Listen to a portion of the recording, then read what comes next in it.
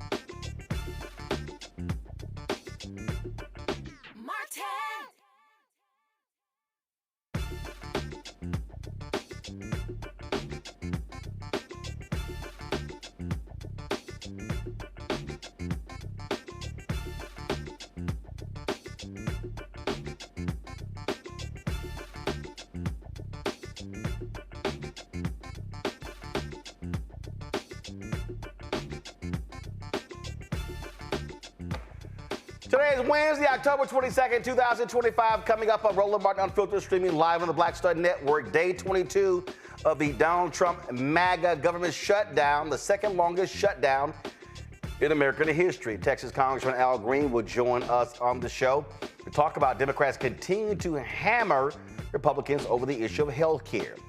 North Carolina, the Republican-controlled legislature, what did they do? They passed a new racist gerrymandered congressional map destroying the congressional seat of CBC member Don Davis. We'll talk with the House Minority Leader, Robert Reives, about this.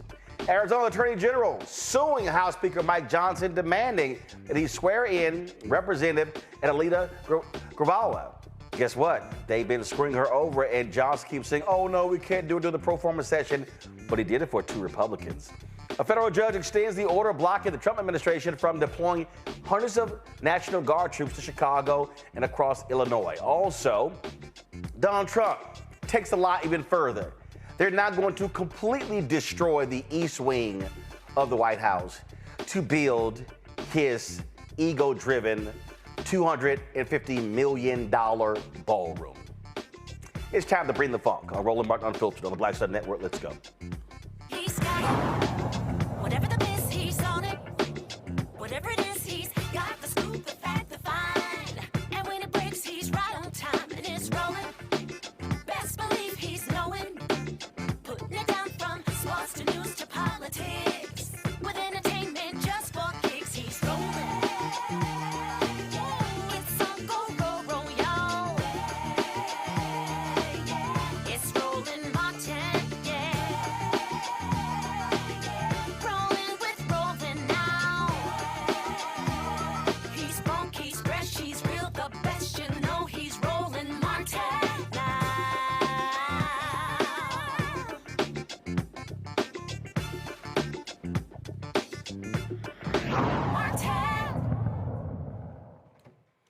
Day 22 of the Donald Trump-MAGA government shutdown, the second longest in history. The Senate voted on the House-passed funding bill to reopen the federal government for the 12th time. It failed. Now Republican leaders have begun to raise the issue of changing the filibuster rules or developing a plan B, with Democrats holding firm on health care subsidies. Now, you have people like, literally, Democrat Senator John Fetterman, who says he supports the ending of the filibuster when it comes to budget issues. Texas Congressman Al Green joins us right now. Glad to have you on the show. So, you know what? I guess, you know, if you're going to go Republican light, just go full Republican. I mean, it has to be disappointing to have to deal with Senator John Fetterman, Democrat elected out of Pennsylvania, who is willing to stand with Republicans when it comes to ending the filibuster regarding the government shutdown. Well, thank you for the opportunity to be on, and it's always a privilege and a pleasure. I heard Senator Fetterman, but I must tell you, some of us Democrats wanted to have that filibuster rule eliminated so that we could pass John Lewis Voting Rights Act. And if we had, we wouldn't be having many of the problems that we're having today, because that John Lewis Voting Rights Act would have prevented much of what Trump is trying to do to steal congressional seats. So I still stand where I stood. I wanted to do it then, and I want to do it now. I think that they could have done this on day one. But the president had a scheme. Dr. King had a dream. The president has a scheme. And his scheme was and is to allow persons to be released because they are persons said to be non-essential, not essential workers. And then in doing this, by having other people declare them not essential, he can release them and say, we didn't need them anyway. They weren't essential. They're also prolonging this because they understand that we have the 218th vote necessary to make sure that we get some justice for all of these ladies who suffered as a result of Epstein. I think that letting them do it is something we can't prevent. They could have done it before now. I wish we had done it. And I do believe that our day will come, and the things that are important to us, we will be able to pass. It was Sinema and Manchin that prevented us from passing John Lewis voting rights, George Floyd justice and policing, raising the minimum wage, dealing with comprehensive immigration reform, making sure that LGBTQ community was treated fairly. These are things that I want to see done, and I don't oppose what the senator said, because I've already said earlier, as have many others, that this is something that we should do. Well, the reason I raised that is because it's like, well, it's kind of late because he certainly wasn't saying that when Democrats were in control. That's the issue that I have here. Well, I can see I see your point. Well, I'm consistent, dear brother. I am very consistent. I'm a liberated Democrat, unbought, unbossed, unafraid.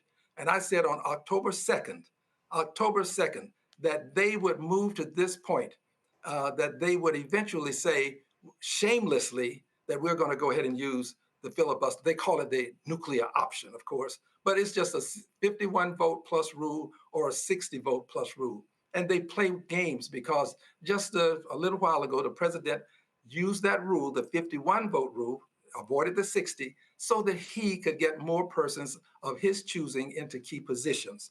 They did it when they wanted to put Gorsuch on the Supreme Court. They passed it with 54 votes. It was 54 to 45, I believe. And they do it shamelessly. Well, I'm not ashamed to take a position that I believe will help us to overcome many of the transgressions that we've had to suffer from, including, remember, it was civil rights legislation that was filibustered. I mean, things that have been important to us, lynching legislation, all of these things have been important to us. And I appreciate what you said and affording me the opportunity to give my candid opinion. And it means something to me to know that you would call him out. I have said repeatedly that Democrats have finally found a consistent winning argument that is resonating with the American people, and that is this battle over health care. And I said that, listen, it's a lot of stuff to be talking about, but every single day, every Democrat in the House, every Democrat in the Senate, including John Fetterman, should be locked and loaded on this issue of health care because it's winning for Democrats in the polls. And here's the deal. All of these broke conservative white folks in these red states, they can love them some Donald Trump, but they are scared to death. And we know based upon data. They were saying, of course, oh, don't get rid of Obamacare. Don't touch the Affordable Care Act, not realizing they were too stupid to realize it's the exact same thing. And so, to me, this is the one where you stand firm on and hammer every single day. You now got Senator Joni Ernst, who's not running for re-election, saying, guess what? Subsidies are not going to go away because these people are now realizing they need those subsidies or their health care is going to explode. That's right. Well, let me give you an assurance. As a liberated Democrat, unbought, unbossed, unafraid, I assure you that I'm going to stand my ground. Now, I don't speak for the Democratic Party, but I speak for everybody that agrees with me. And it seems that a good many people in the party agree with me now. But to make your contention, your statement, which is a valid statement, even clearer for people, I had my staff to compile some data for us. And this is interesting. A person who made $255,000 in 2020 will have a tax cut in 2027 that will amount to about 4%. That makes you in the top 0.1% if you get this tax cut you'll get a $255,000 tax cut in 2027 if you're in the top 0.1%. Now, here's an important point. That is $698.63 a day. If you are a person who made $265, and this is your average benefit in 2027, you will get about 73 cents per day. This tax bill was designed to put money in the pockets of people who are high-income earners. People who are not high-income earners are getting pennies per day, and people who are high-income earners, 0.1%, are getting hundreds of dollars per day, almost $700 if you made $255,000. That's a whole lot right there that's going to negatively impact people. Again, see, and this is where, a few months ago, Democratic leader Jeffries and some other Democrats were in New Orleans for an event, a news conference. And I said, man, listen, y'all were already in Louisiana. You should have had members at every single district office of Mike Johnson, Shreveport, and all those other different places, and showing this is how many people in this district are not going to have health care. And I'm telling you, we see it right now. Now you got these farmers who are crying because of Trump's tariffs, how they're getting screwed as well. All of these people who voted for him and voted for Republicans are now realizing, oh my goodness, we're getting screwed. And this is where Democrats should be saying, hashtag, we tried to tell you. We tried to tell you. And it is an I told you so moment. And sometimes you got to say I told you so. Yes. And it's not just an I told you so for a little bit. In a good many of these states, you're going to pay twice as much for your health care. And in some others, you will approach thrice as much. So the amount that you will pay is going to vary, but it won't be by a small amount. people are going to pay a large amount of money, additional money for health care, because the Obamacare subsidies were there to help people with their health care costs. And I stand by these subsidies. I'm a guy who believes that in the richest country in the world, you ought to have health care simply because you're sick. I'm not a guy who believes that for some reason you've got to sign up 3 times a year or 2 times a year and prove that you are able to work someplace, volunteer to work.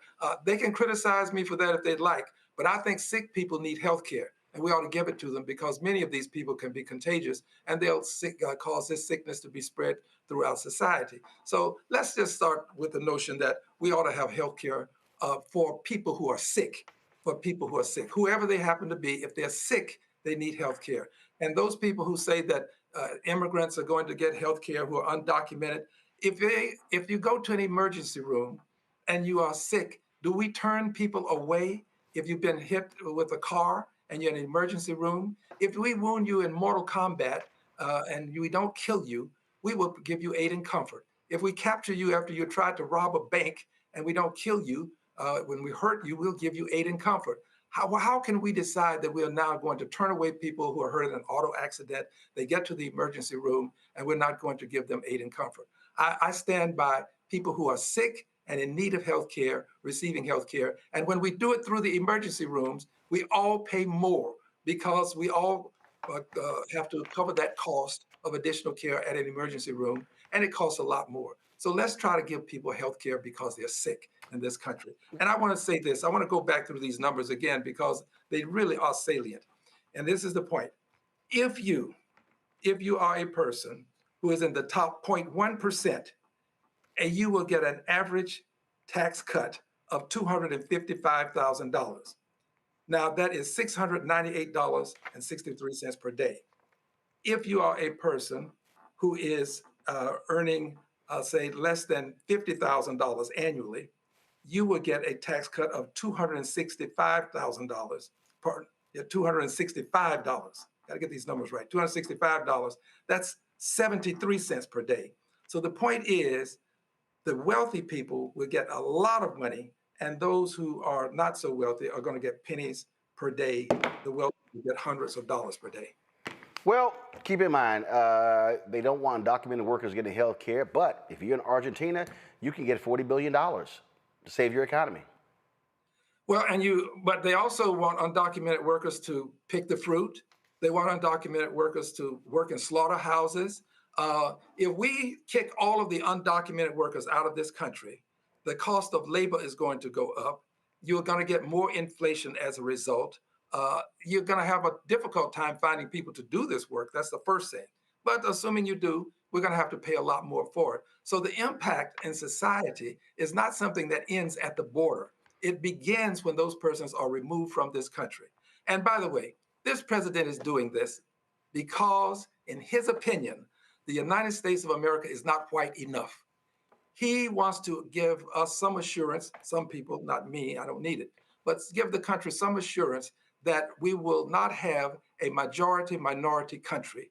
And he's doing everything that he can to do this by removing some people for reasons associated with their being here, and they've done dastardly things. But he's also removing people like the lady that I represent here in Houston, Texas. She's in my congressional district, so I say I represent her, and she's come to my office. Her son is a person that has a learning disorder. She is undocumented. He is undocumented.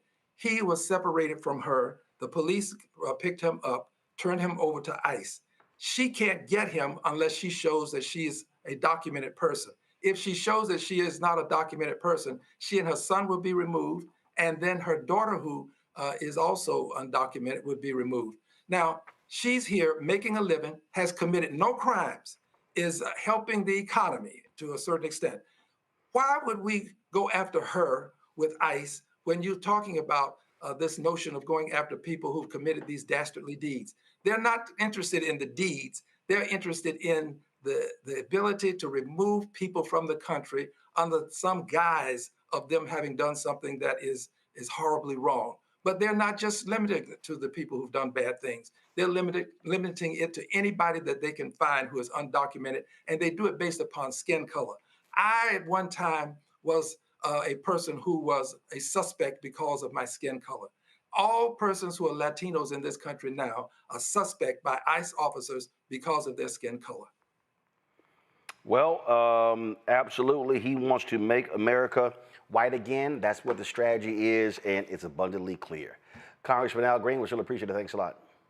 Thank you, dear brother. Thank you. All right, folks, going to a break. We come back. Let's talk about Trump wanting to make changes to the refugee program because he really just wants more white people in the country. Did I not try to tell y'all that in my book, White Fear? We're going to discuss that next right here, Roland Martin Unfiltered on the Black Star Network.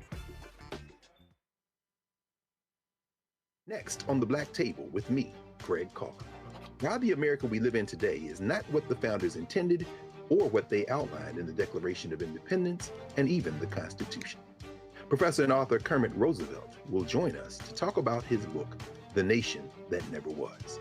How history was misinterpreted, the intent and realities of America's beginnings, and missed a much better story in the process. So if you have to pick some group to marginalize, I think it should be the people who are against equality. That's next on the Black Table, right here on the Black Star Network.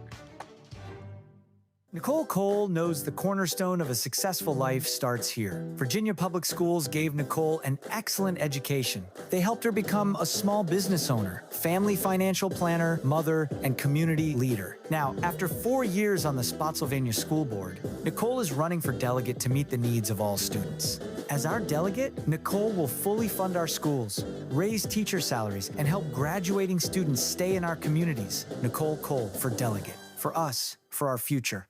In the military, I gave orders, and they went a lot further than they do around here. If there's one thing I've learned as a mom and foster parent of more kids than I can count, investing in their future isn't a choice.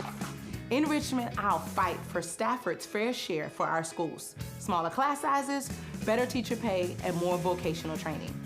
I'm Stacey Carroll, and I'll fight to get our kids' future in order. Josh Cole became a pastor and delegate to serve his community. That's why Josh is fighting to lower costs for families hurting from inflation and make sure we can all afford quality health care. But Sean Steinway has embraced his MAGA backers who support Trump's mass firing of federal workers and the MAGA plan to ban abortion with no exceptions. We deserve better than Sean Steinway. I'm Josh Cole, candidate for delegate, and I sponsored this ad. As a pastor, I hear a lot about trips to the doctor, bills piling up, jobs being lost. So as your delegate, I went to work writing laws that protect families, helping parents care for their disabled children, capping insulin costs, lowering prescription prices, and investing in our police and schools.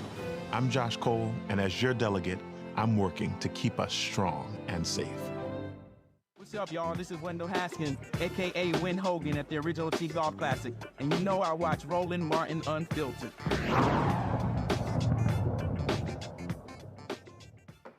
Now, how many times have I tried to explain to y'all that Donald Trump cares about white people, Republican Party as well? What did I say in my book, White Fear? How the browning of America is making white folks lose their minds. What did I tell y'all that what they're trying to do? Well, check this out. New York Times reported this right here. This is the headline. Trump considers overhaul of refugee system that would favor white people. The proposals would transform a program aimed at helping the most vulnerable people in the world into one that gives preference to mostly white people who say they are being persecuted. Article goes on to lay this out. The proposals, some of which already have gone into effect, would transform a decades-old program. It was presented to the White House in April by State and Homeland Security. And it's just real simple, y'all. Again, this is what they look at this. The proposed changes would put in new emphasis on whether applicants will be able to assimilate into the United States, directing them to take classes on, quote, American history and values and respect for culture norms. The proposals also advised Mr. Trump to prioritize Europeans who have been targeted for peaceful expression of views online, such as opposition to mass migration or support for populist political parties. Y'all, this is about whiteness. That's what they want. The attacks on DEI, the attacks the efforts to defund Black America, Stephen Miller and his white nationalist policies as well.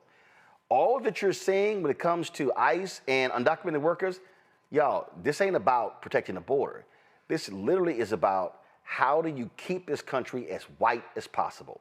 My panel, Rebecca Carruthers, she is president and CEO of the Fair Elections Center, joining us out of Washington, D.C. Dr. Larry J. Walker, associate professor, University of Central Florida out of Orlando. Dr. Neon B. Carter, associate professor, School of Public Policy, University of Maryland, author of American While Black, African Americans, Immigration, and the Limits of Citizenship out of D.C. Neon, I'm going to start with you. This is why they want to change the 14th Amendment. This is why they want it when it comes to birthright citizenship.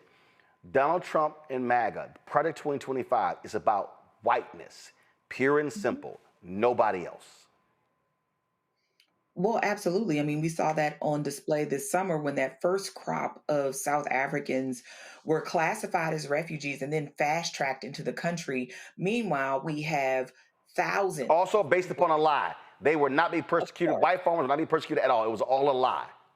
Absolutely. South Africans have said this. White South Africans have said this. We know this. I mean, I think Donald Trump's administration has just gotten really good at saying the quiet part out loud. I mean, what we've seen is this systematic effort, right, to make white people victims, not just in the United States, but globally. And also, in this case, to artificially lower our cap for refugees, real refugees, people that have already been vetted, and disallow them to come into the country. It is unfortunate, it's sad, and I think this year they are looking to reserve almost all the seats available to refugees for white South Africans. And the remaining 500 or so, they're only going to do 7,500, which is a historic low, will be for everybody else who speaks English and has positive things to say about free speech or something like that. So this is pretty naked in terms of what this government is trying to do. Larry, it's clear. The hoods are off. They are openly embracing white supremacy, white nationalism. That's what they're doing.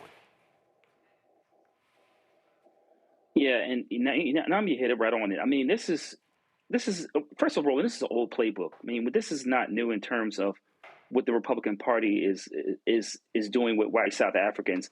First of all, it's really sad in terms of the importance of the refugee program, in terms of over the last several years, in terms of the individuals who are from war-torn countries who've come to the United States and made major contributions.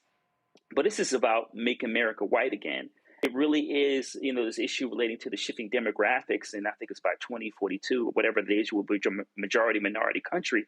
And, you talked about your book, and I've done some work on this also, is that is this embedded fear of not being the majority anymore and, what it would mean to be in a minority.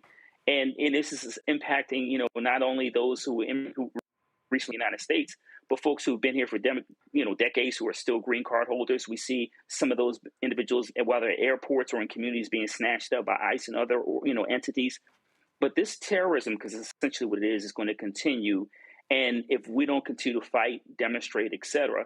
But once again, Roland, we should remind folks that we told them over several months that this would happen if Donald Trump was elected president of the United States. And so now we're all left to deal with this madness, and it's going to continue, and we're going to see a lot of people hurt. Rebecca, the article says this here. According to the rationale laid out in the document submitted to Mr. Trump, America's acceptance of refugees has made the country too diverse. Quote, the sharp increase in diversity has reduced the level of social trust essential for the functioning of a democratic polity. The administration should only welcome refugees who can be fully and appropriately assimilate and are aligned with the president's objectives. What they're saying here is we want white people. We want people as white as possible. White, blonde-haired, blue-eyed, that's what we want. Roland, for all of the people who've always criticized Black folks in this country and have asked the question, why do you all always make it about race? The reason why we talk about race as a Black people in this country is because it has always been about race. We've heard a lot of people talk about how we're in a new Reconstruction.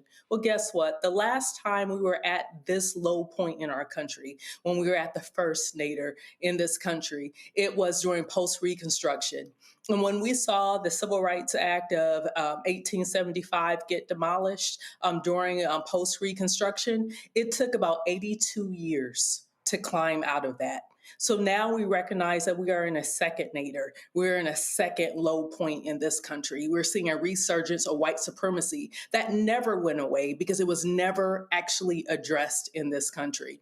I don't know about you, but I don't have the patience to wait 82 years. Now it's time to actually deal with those issues that weren't correctly dealt with in the past. We are here now, and now it's time for that confrontation. It's time for that moment to right those wrongs. Absolutely. And so just understand, I saw this clip earlier from the TV show The Practice where they talked about it. I'm gonna find it, try to play it later. But again, it speaks to the reality that we're facing in this country. And when they talk about the issue of whiteness, it also extends to our politics. Now, we told you last week, the Supreme Court had the oral arguments that could wipe out anywhere from 12 to 19, upwards of 30 members of the CBC, also some Latinos as well, because you've got white Republicans who don't want race to be issued. Now then, they want to now say, oh no, when we do gerrymandering, it's not about race, it's about politics. That's interesting, because in North Carolina, white Republicans, it's always been about race. Always. See, they got busted. They got busted for targeting Black people when it came to voting. Yep, federal judges busted them, literally said there was a surgical-like precision targeting Black people. Donald Trump is now running around wanting to say, let's get more districts, more districts. So Republicans in North Carolina said, oh, say no more. The state legislature, they approved a new congressional map and pulled the map up. As you can see, the map creates one additional Republican seat, bolstering the party's majority ahead of next year's midterm elections. It's going to target the seat currently held by Congressman Don Davis, who's African American. Now, North Carolina state law does not allow the governor, Josh Stein, a Democrat, to veto redistricting bills. Robert Reives, the North Carolina State House Minority Leader, he joins us right now. I'm glad to have you on the show. Let's just be clear. White Republicans have been targeting Black people in North Carolina because they are still pissed off with 2008. 2008, President, then Senator Barack Obama, won North Carolina by 14,100 votes.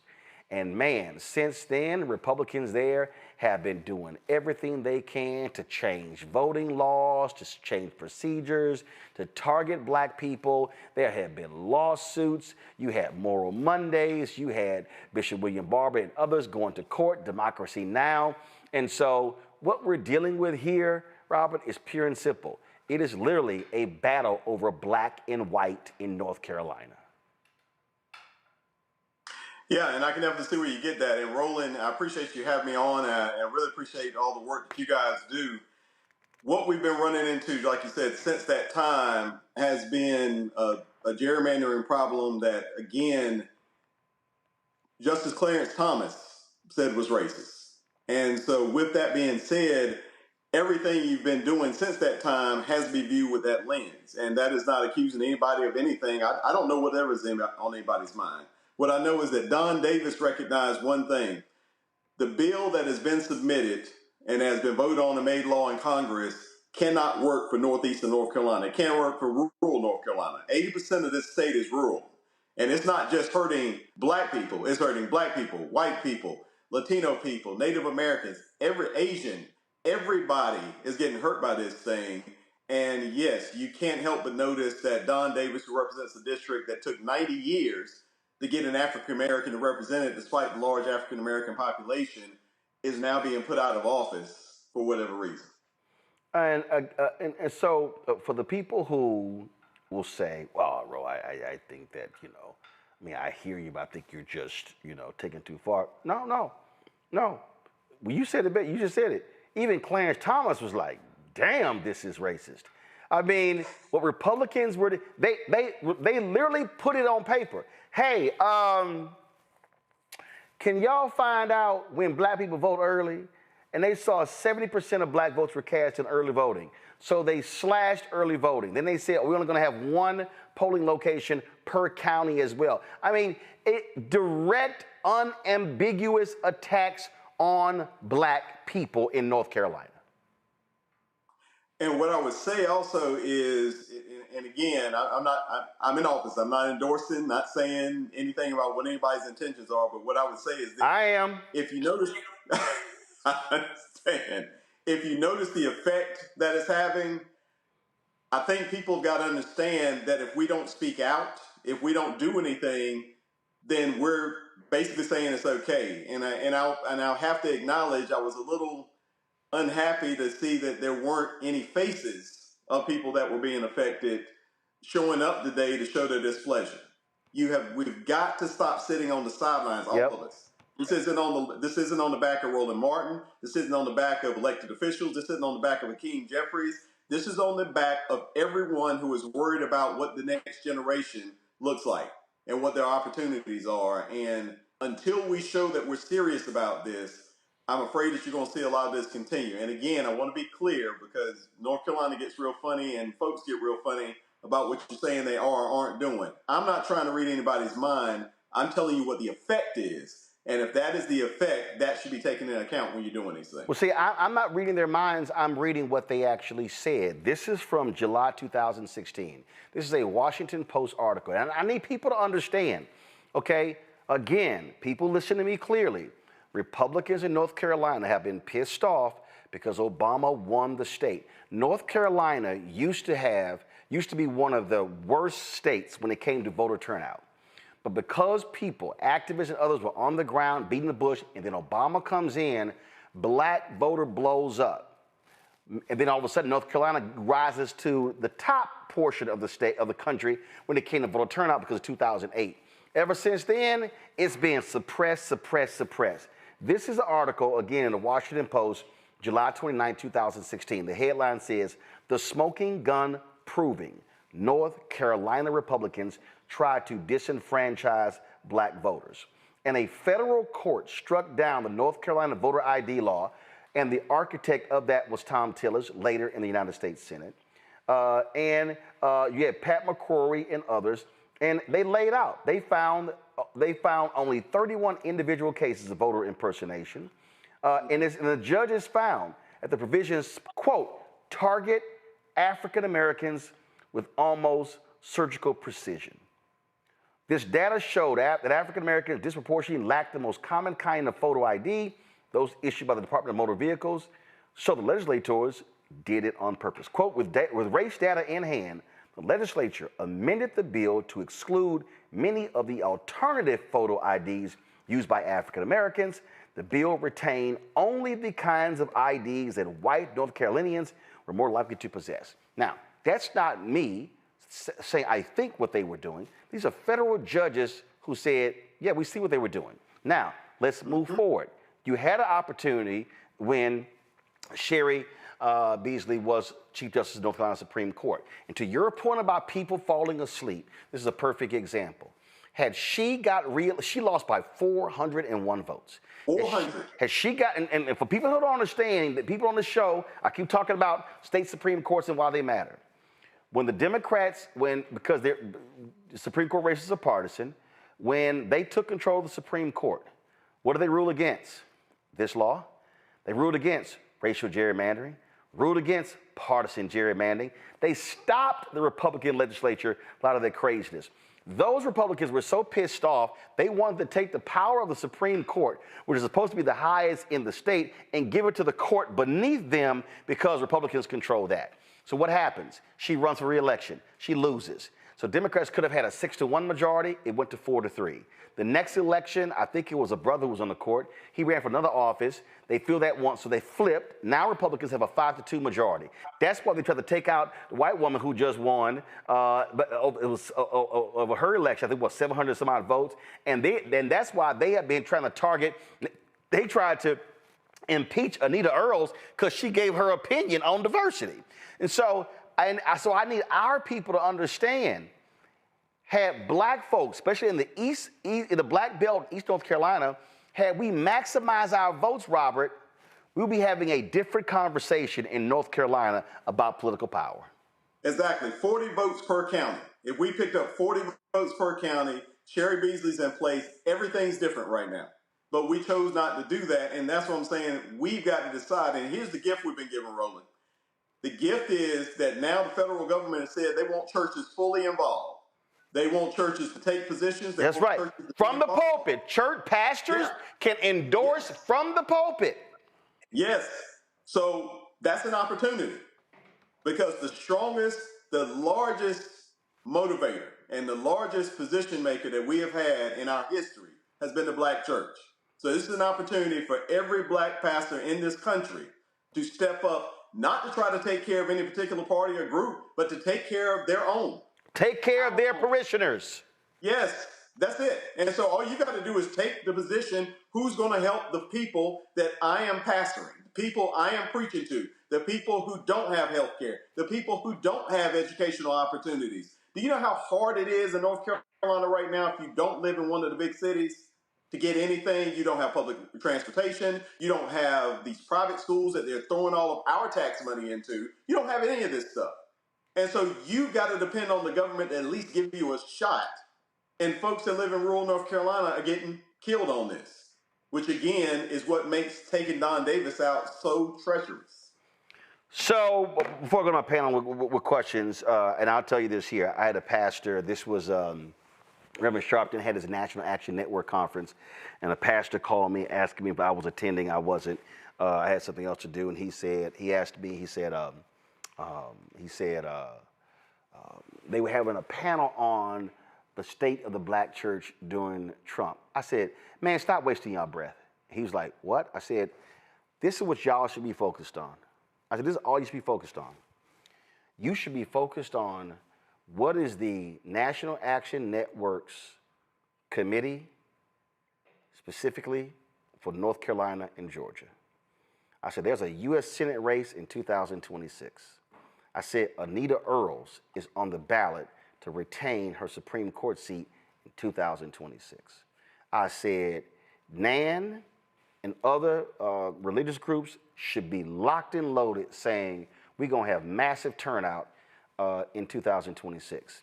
When I met, when I met with the alphas during CBCF, I said the exact same thing. I'm giving the National Pan-Hellenic keynote speech at the conference on October 31st in Houston. I'm telling them the exact same thing. And this is what I told them.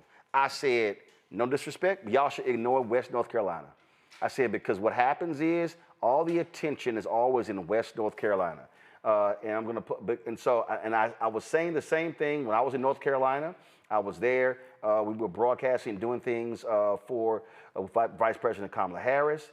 And what I said to them is, what often happens, all of the money, all of the visits go to North Carolina. She made 22 visits during the 4 years to North Carolina, made one visit to East North Carolina, one.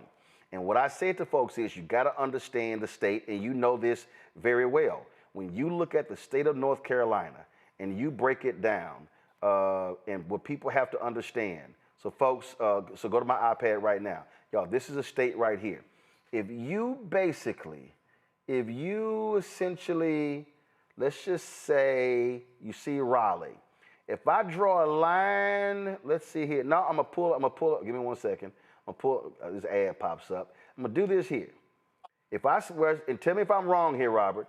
If I put that line to the left where it says Raleigh, and that line goes straight down, let's say where it says Granville, goes down the way, Harnett, Cumberland. If I draw that line down there, and I say I'm gonna hit everything to the right of that line, that's the richest part of black voters that gets the least amount of attention and the least amount of money to turn out in elections statewide.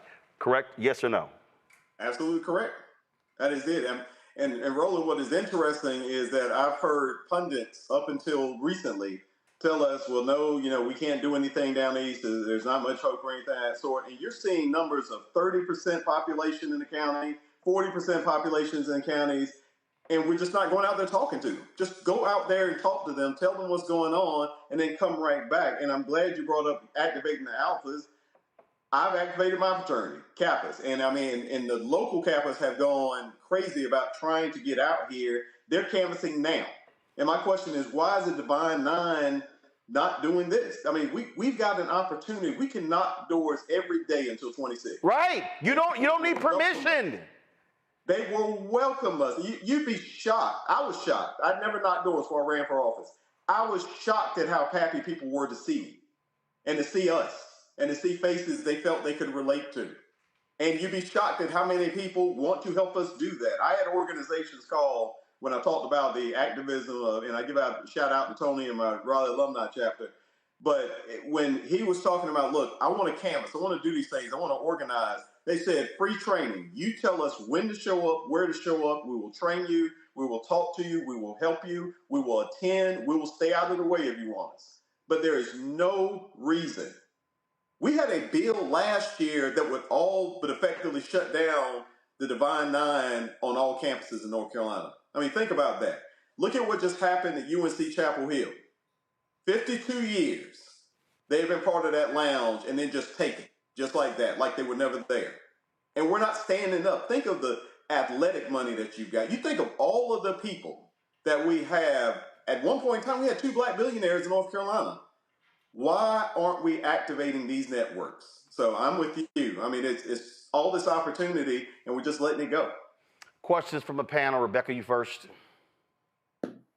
Thank you so much for being on the show tonight. So I lead a national voting rights nonprofit. We do a lot of work in North Carolina, including work on college campuses with organizing those campuses for civic engagement. We do nonpartisan work, but how can nonpartisan organizations such as Fair Election Center support to make sure that when redistricting happens, that it's fair, is following the law, and it's not having a negative impact on marginalized communities? Well, I tell you, that's a great question. I appreciate you asking that question. Nonpartisan groups have a special opportunity because the lines have been drawn so well. And I apologize, I guess that sounds like a pun, but I'm saying in the sense of there are folks who feel like everybody should be voting. There are folks who seem to feel like everybody shouldn't be voting. And if you believe in voting, it's a pretty easy thing. Here are the ways that we can make it easier to vote. Here is how voting affects you. I went and talked to a group of college students last night. And one thing I walked them through is how there is no business in America that has not become successful because of the government taking interest in that business. Boom. And writing stuff that would help those businesses go forward. I went to speak at... No. Stop. Oh, I need you to repeat that again for the people in the back who don't understand, who say, government don't do nothing in my life. Government ain't got no impact on my life. Every business knows that's a lie. Go ahead, say it again. And that's why these businesses spend so much money in elections. That's why Citizens United was such a game changer. Because now businesses can say, this is going to help my business. I'm going to pour money into it. We just had that happen here in North Carolina. We got a brand new industry that didn't exist because the business donated some money. At least that's what it appears. Red Speed donates the money. Suddenly they've got traffic cameras deciding about who's going to get caught for speeding. Not police officers, not anybody else, but traffic cameras. Literally, no business in this country has become successful without government stepping in, changing regulations, helping them with loans, helping them with the ability to attract loans. Finance Magazine said you can see where redlining will or won't happen just by the representation that somebody's got. Just that simple, because the government's the only ones that can lean on a bank to say, you've got to help these folks out just like you're helping everybody else. Yep. Tons of government money out there you're never going to have access to if you're not involved in government. Larry. Yeah, thank you for taking time this evening. And you hit on some things. You talked about the Divine Nine and maybe certainly some failures in terms of political activism. As we move closer to the midterms, what does black political activism, what will look like in North Carolina? Do you need to consider non-traditional approaches? What is it going to look like now, particularly as we're talking about gerrymandering? Hold on, Rob, before you answer that question, we're not moving closer to the midterms. We are in the cycle now. Right now, we're in it now. Robert, go ahead. Yes. And what I would say to that is simply this: you can always be innovative, but I'm telling you, there are things that work that we just don't utilize, and that's the problem. You don't have to reinvent the wheel. I am telling you factually. How do I know? Because we had a race in North Carolina in one of our districts, state house districts, that got decided by 400 votes. Republicans spent almost $2 million to just knock doors, to pay people to knock doors, which means they know that it works in areas. Hold on. Hold up. The Republicans paid people a total of $2 million to knock doors. Democrats, stop expecting us to knock on doors for free. Robert, go ahead. There you go, Roland. There you go. I ain't got a problem saying it, but go right ahead. Stop expecting people to volunteer. Do you know how many people that are working 2 jobs that would love to give up their second job if you just give them the money to supplement? They believe in your cause. They just need help. We can't afford to just stop. You can't even afford to serve in that General Assembly right now. We get paid $13,000 a year, and we run almost the full 2 years. So that means that you got to have a job that pays you enough money to supplement, and on top of that, gives you the leeway to leave, miss work for weeks on end, and then come back and pretend like nothing has happened. Stop expecting people to give up their livelihoods, especially when we don't know, what those results will be. And it's more dangerous now than it's ever been. Not dangerous in the sense I'm saying of physically, but dangerous in the sense of we have had people that we've asked to run and we've asked to volunteer that have said, I was planning to run for office, but then I was told I'm going to lose my job. I was told if I do these things, this is what's going to happen. We've got to be more considerate of those factors and make sure people have the ability to get out and help. But again, back to the original question, there are tons of time-proven methods to get people out to vote, and the doors that are knocked on the very least are black doors. Niambi. They want to hear what's happening. Thank you, Robert. I think this is really important. I'm a former North Carolina resident. My family lives in District 1, so I am very aware of many of the issues that are happening. Right, my family's from Warren County, Halifax, and Vance, and so it's not surprising, given the way that these places have historically been treated by the state, that this would happen yet again, right? But this is also the same place that was the home of the environmental justice movement. Yep. These people were not the most well-resourced. These people were not the best educated, but they knew something was wrong in their communities. So how do we tap into that spirit again? And also, how do we bring in this generation of young people? Because we have high dropout rates in this very same district. We have a lot of also very motivated college students in and around District 1 and other parts of Eastern North Carolina. So how do we mobilize those young people who want to do something and are actually in a place where it matters? The margins are what's making elections in these places in and around the state of North Carolina. So how do we bring those constituencies together of young people along with this spirit of our elders who showed us that laying down in the street can be a really effective way to get some movement and some traction if you need to. And you don't have to know everything about an issue to do that. Robert, while you're talking, we're actually playing the video of when the head of the EPA, Michael Regan, was there in North Carolina announcing these monumental changes. We actually were the only media outlet broadcasting live from there. So go right ahead. Exactly. And I think that's such a wonderful point that you brought up. Everybody thinks that you got to have this background, this training, all this kind of stuff. All of us do. I thought that. When I got elected, I was scared to death to go up there because I was just like, I wasn't ready for this. I wasn't planning to do this. And then you get in, you realize all that matters is you work and you try. And people will reward you for effort. Again, I bring back up talking to these college students. You will hear the narrative when it's a bunch of adults in the room saying these kids don't care, these kids won't do this, these kids won't do that. And then you go talk to them, and all they want somebody to do is come to them and say, hey, what's going on? How does it connect to me? And tell me how I can change things. And when they find that out, they will outwork everybody in the room. And if you do this in Northeast North Carolina with the history that it has, it would be amazing. The environmental justice movement was one of the most important movements that we had going on in North Carolina, because one of the things folks didn't realize is how bad black people were affected and other minority groups by this. I mean, that goes through hog farm fights and all these kinds of things. but you got to let people know. And we just don't talk to people. And it's not one of those things, and I appreciate what you guys are doing even today.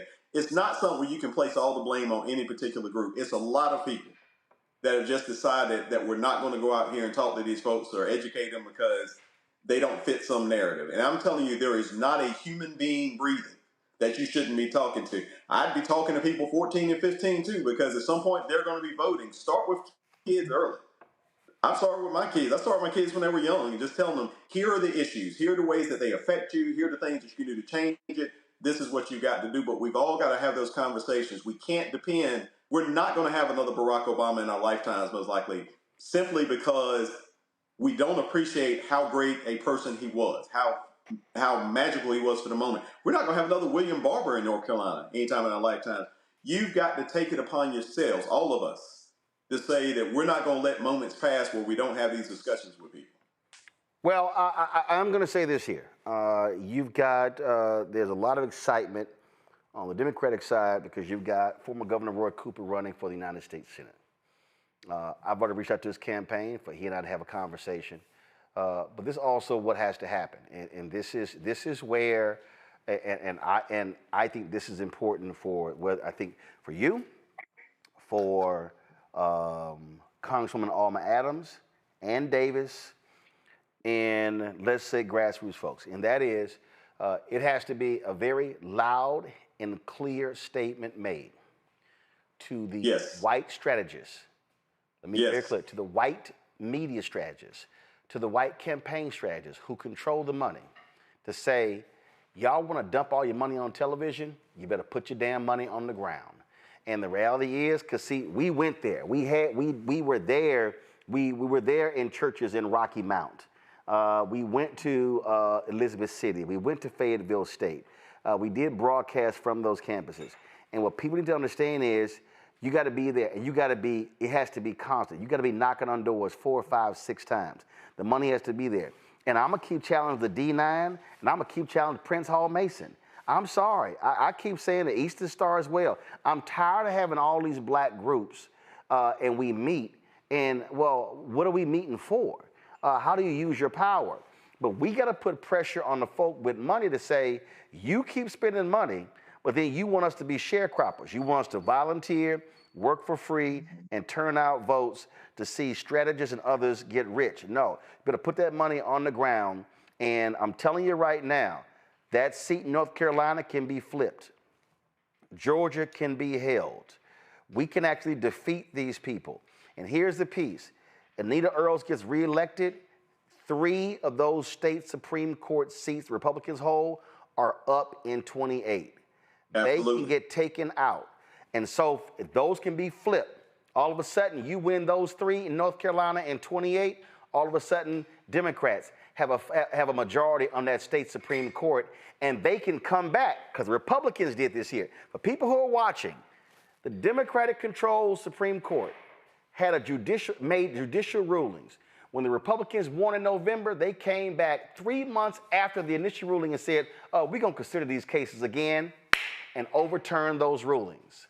So guess what? Exactly. Payback is a mother. That can happen again. But we have got to maximize our numbers, and I'm telling y'all, the path to victory in North Carolina is in the black belt of the eastern portion of the state.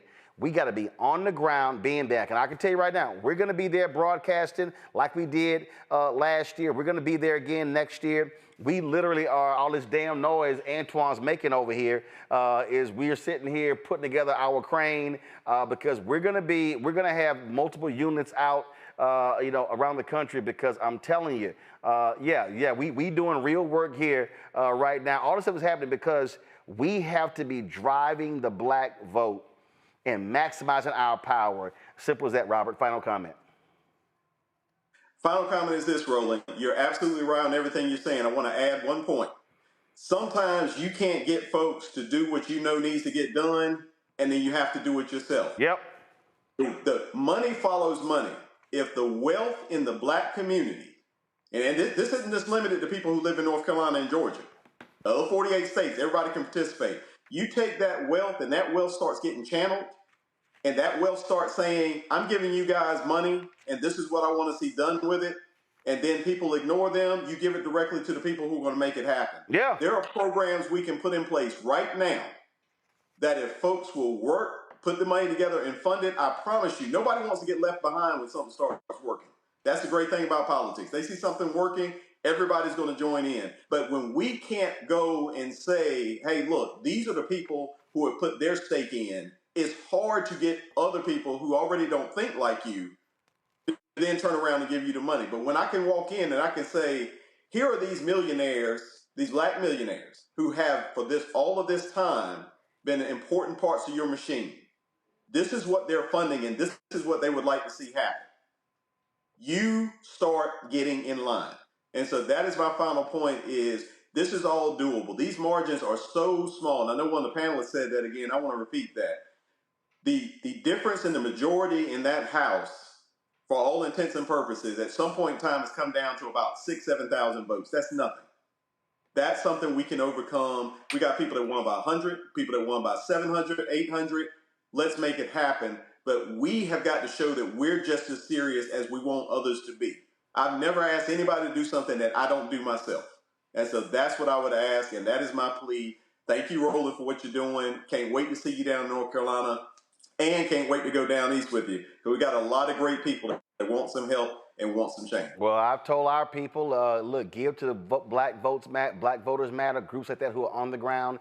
I said we can fund it ourselves. And listen, when we got together, Win with Black Men, and we had that big conference call that Monday after Joe Biden dropped out, $1.5 million was raised, and there were some people who literally came to me. They were mad because we kept $450 grand, $1.1 million went to her campaign, and I told them, you can get the hell out of my damn face. I said we kept $450 grand, so we gonna get that money directly to black male groups who are doing the work. I said, so I don't care what you got to say. And they was backed up. I said, and we gonna do it again too. And so that's the other piece. If we can mobilize to raise $1.5 million brothers, and then the almost 2 million the sisters raised, guess what? We can do the exact same thing to target these two states because the votes are there. We drive the black votes in those two states, we win. Robert, we appreciate it. Look forward to seeing you soon in North Carolina. Hey, Roland, can I say one thing? Yes, sir. One last thing, and I apologize for saying this. Here's the other thing I got to remind people. Whatever's working for black people actually works for everybody that's working. There's an economic struggle going on just as much as a racial struggle. Labor has come in and been invaluable in trying to help us out in a lot of these races for African Americans. So make sure when we're telling this message, understand, if it works for us, everybody's going to eat. Yeah. Thank you again. Well, that's history. Bottom line is broke white people, their quality of life increased every time black people fought for rights. That's just a fact. Amen.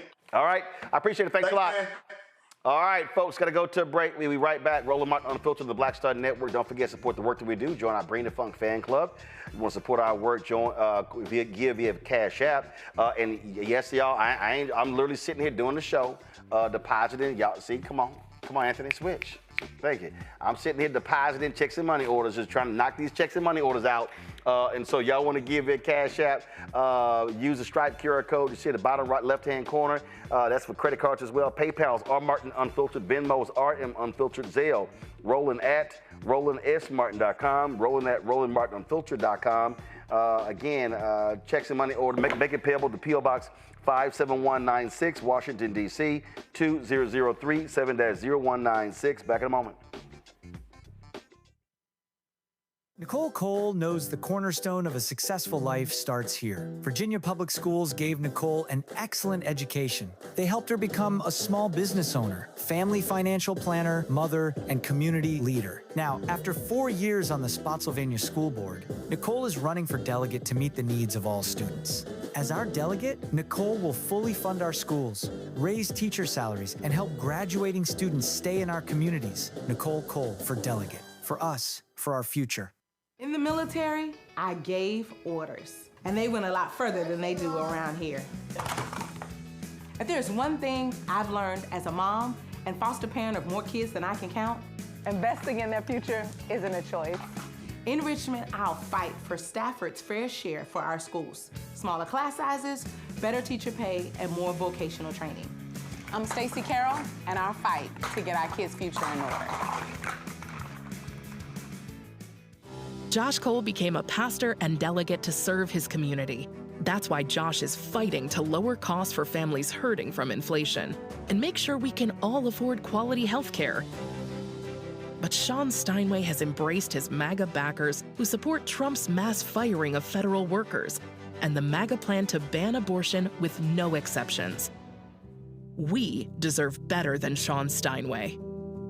I'm Josh Cole, candidate for delegate, and I sponsored this ad. How you doing? My name is Mark Carey, and you're watching Roland Martin, unfiltered, deep into it, like pasteurized milk without the 2%. We getting deep. You want to turn that shit off? We're doing an interview, motherfucker.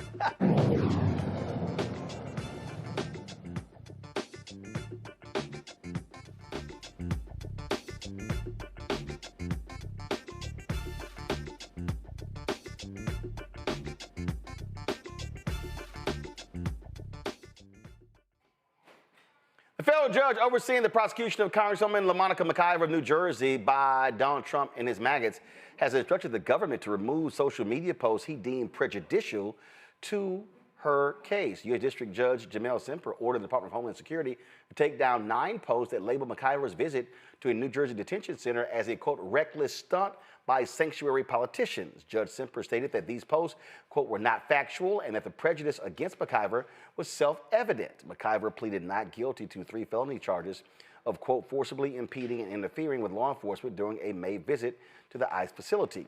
Federal authorities accused her of attacking and interfering with ICE agents during a visit with Newark Mayor Ras Baraka, who was also arrested. Charges were later dismissed. Her legal team calls the case pure politics, saying McIver is being targeted as a Democrat while Trump pardoned January 6 rioters and dropped similar assault cases. If the charges aren't dropped, McIver could face several years in prison. 2 of the charges carry a maximum sentence of up to 8 years in prison. Well, it's not like it's no shock here, Larry. They're liars. That's what the Trump people are. They're liars. Yeah, Roland, like you, I'm on social media a lot, and the amount of propaganda that is being sent out is certainly nothing we've seen like in the United States. And I know we talk a lot about other countries that have struggled, with authoritarianism, but we're seeing levels of propaganda, like I said, I've just never seen before. And the constant Homeland Security, state, Department of Education, they're all putting out propaganda, bold-faced lies. And as we know, Roland, whether it's immigration issues or this particular topic, the Trump administration consistently has been called out for not just fabrications, blatant lies. And this is another example. And I'm glad the judge called it out. The troubling issue is that, the kind of years that she could possibly get. And this is just another example of what happens in authoritarian governments. This doesn't happen in democracies. And as you noted, those January 6th insurrectionists are home chilling, except for the one who, tried to kill, Hakeem Jeffries. So we've got to do a better job of continue to hold these folks, responsible. But I think we should also acknowledge this is an example of another Black woman who the Trump administration has put in the crosshairs and deemed that she's doing something that they don't agree with, and that she has to be punished. These people are absolute thugs, Niambi. And it's no shot the judge ordered them to delete this because everything they do is prejudicial. They don't care about due process. Absolutely not. And they certainly don't care that Representative McIver was there with others who were actually trying to do their job and figure out what was happening in these facilities. I mean, I think what we have here is an administration, and not I think, I know, right? You said it over and over again, an administration that is committed, right, to lying, to obstructing, to ignoring, to, openly flouting the law. And they are there primarily to use Black and brown people, whether they be government officials or regular everyday citizens, to make their political point. And they use our pain. They use every power at their disposal, including detention and jail, to try to move us out of the way of what they ultimately want to do, which is restore, right? And I'm using that term very deliberately, America to a place where they felt like, whites could reign supreme. And so this does not surprise me that they are going after Representative McIver in this way for essentially doing her job. as a representative and member of Congress. Rebecca? I really don't know what I can add in addition to what the other two panelists added. At the end of the day, like I said, over the previous weeks, is that we have to keep a record of what's happening because there's going to be a reckoning. It's interesting thinking about those January 6 rioters who committed crimes by trespassing and causing violence at the U.S. Capitol. And, if we are to believe some of the reports that are out there, there's reports that there's possibilities that some of these folks are now working for ICE. So it's at the end of the day, I do believe that the Congresswoman will be fine. However, what we're watching is not normal. It's not okay. It's not fine to watch how First Amendment rights and things that ordinary Americans protest or do to stand as witnesses is now being criminalized. And now there's whole swaths of people who are doing that pro-democracy work who are being labeled as domestic terrorists. So we really have to keep our eye on this and understand this is not normal. And we have to make sure that young people also understand that this isn't normal in this country and it's not business as usual. Well, speaking of what's not normal, the constant lying by that idiot Donald Trump. Now, remember when he said that, for his big, beautiful Mar-a-Lago type ballroom, they were going to, we're not even going to touch the East Wing. We're not going to touch it. We're not going to touch it. So what ended up happening? He lied. They're now demolishing the East Wing. They're now demolishing it. And now the National Trust for Historic Preservation, they finally woke the hell up. And so they decided to actually send a letter today, kind of stupid after the fact, saying that the National Trust for Historic Preservation, which is a private, charitable, educational, nonprofit corporation, chartered by Congress in 1949 to further historic preservation policies of the U.S., they say this proposed construction of a 90,000 square foot ballroom that, it acknowledges the utility of a larger meeting space at the White House. But they say we're deeply concerned that the massing and height of the proposed new construction will overwhelm the White House itself. It's 55,000 square feet, and may also permanently disrupt the carefully balanced classical design of the White House with its two smaller and lower east and west wings. Wow, y'all finally woke up. Now, mind you, in the letter, y'all, they literally and it says, the federally recognized Secretary of the Interior Standards for Rehabilitation offer clear guidance for construction projects affecting historic properties. The standards provide that new additions should not destroy the historic fabric of the property and that the new work should be compatible with existing massing, size, scale, and architectural features. We respectfully urge the administration and National Park Service to pause demolition until plans for the proposed ballroom go through the legally required public review processes, including consultation and review by the National Capital Planning Commission and the Commission of Fine Arts, and to invite comment from the public. Where exactly have they been, Rebecca? Now you're saying, pause demolition. Can y'all play the video again? They're tearing the shit down. Trump has already said, we're going to tear down all of the East Wing, all of it. And to that particular point, Rebecca, this is what the Washington Post put out. This is going to be the what it's going to look like. That's how massive this ballroom is going to be. And absolutely, it is going to overwhelm the size of the White House. But when you are an egomaniac narcissist, you're building a monument to yourself. And so all he's trying to do is recreate Mar-a-Lago. This is a joke. Roland, I had a meeting over by the White House yesterday, and I actually walked by the White House to look and observe and to actually watch the demolition happen, and took pictures and video because it's ridiculous.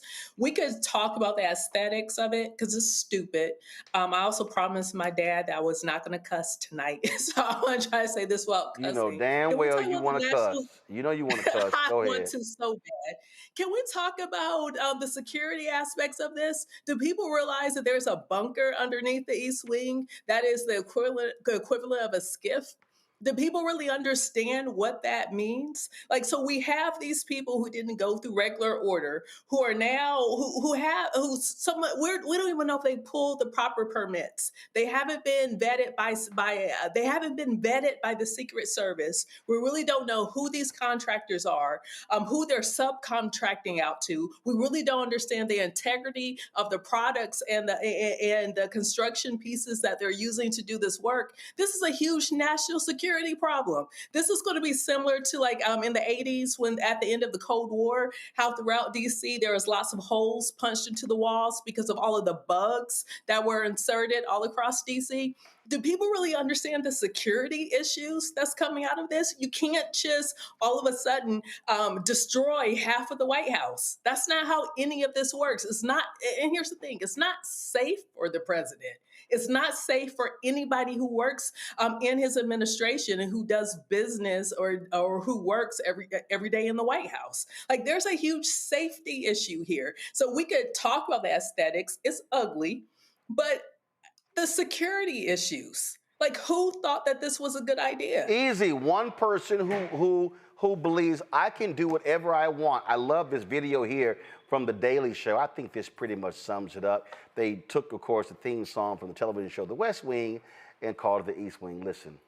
On this season of the East Wing. It won't interfere with the current building. It'll be near it, but not touching it. Well, we know that was a lie, but that's what Donald Trump does, Larry. He lies, and lies. Democratic leader Hakeem Jeffries actually also addressed the issue as well. Watch this. The Republican health care crisis grows worse by the day, and yet Republicans remain on vacation for the fourth consecutive week.